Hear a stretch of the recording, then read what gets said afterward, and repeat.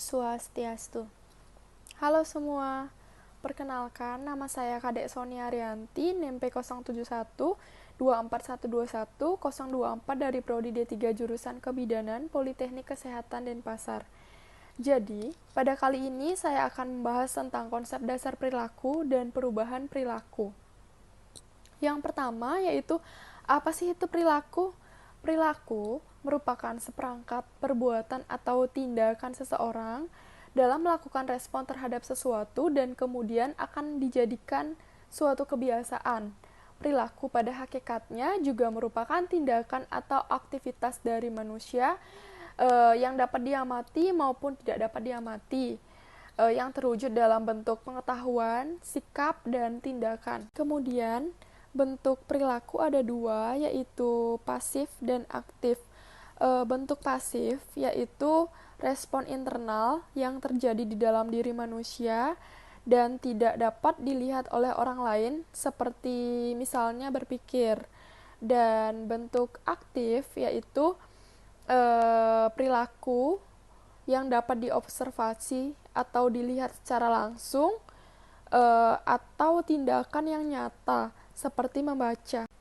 Ada 3 domain atau ranah yang membagi perilaku. Domain kognitif yang berupa pemahaman, pengetahuan, pengaplikasian, penganalisisan, dan evaluasi yang dilakukan. Afektif yang berupa pemahaman, daya tanggap, dan pertanggungjawaban. Dan yang terakhir ada psikomotor. Proses perubahan perilaku terdiri dari stimulus yang diberikan kepada organisme dapat diterima atau ditolak. Apabila stimulus tersebut tidak diterima atau ditolak, berarti stimulus itu tidak efektif dalam mempengaruhi perhatian individu dan berhenti di sini. Tetapi bila stimulus diterima oleh organisme, berarti ada perhatian dari individu dan stimulus tersebut efektif. Apabila stimulus telah mendapatkan perhatian dari organisme, maka ia mengerti stimulus ini dan dilanjutkan kepada proses berikutnya.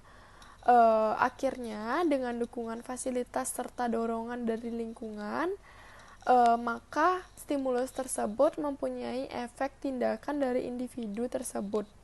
Teori perubahan perilaku. Dalam perilaku, terdapat beberapa hal penting, yaitu masalah pembentukan dan perubahan perilaku. Banyak teori tentang perubahan perilaku ini, antara lain ada teori stimulus organisme atau SOR. Teori ini didasarkan pada asumsi bahwa penyebab terjadinya perubahan perilaku tergantung kepada kualitas rangsang atau stimulus yang berkomunikasi dengan organisme. Kemudian ada teori Festinger atau dissonance teori. Dalam teori ini menyebutkan bahwa dissonance atau ketidakseimbangan terjadi karena dalam diri individu terdapat dua elemen kognisi yang saling bertentangan. Kemudian ada teori fungsi. Teori ini berdasarkan anggapan bahwa perubahan perilaku individu tergantung kepada kebutuhan. Hal ini berarti stimulus yang dibutuhkan adalah stimulus yang dapat dimengerti dalam konteks kebutuhan orang tersebut. Dan yang terakhir ada teori Kurt Lewin. Kurt Lewin berpendapat bahwa perilaku manusia adalah suatu keadaan yang seimbang antara kekuatan-kekuatan pendorong atau driving force dan kekuatan-kekuatan penahan atau restraining force. Kemudian, penyebab terjadinya perubahan perilaku ialah penyesuaian perilaku berdasarkan orang yang mempengaruhi. Baik, jadi itu merupakan konsep dasar perilaku dan perubahan perilaku. Sekian dari saya. Mohon maaf apabila terdapat kesalahan atau perkataan yang kurang berkenan.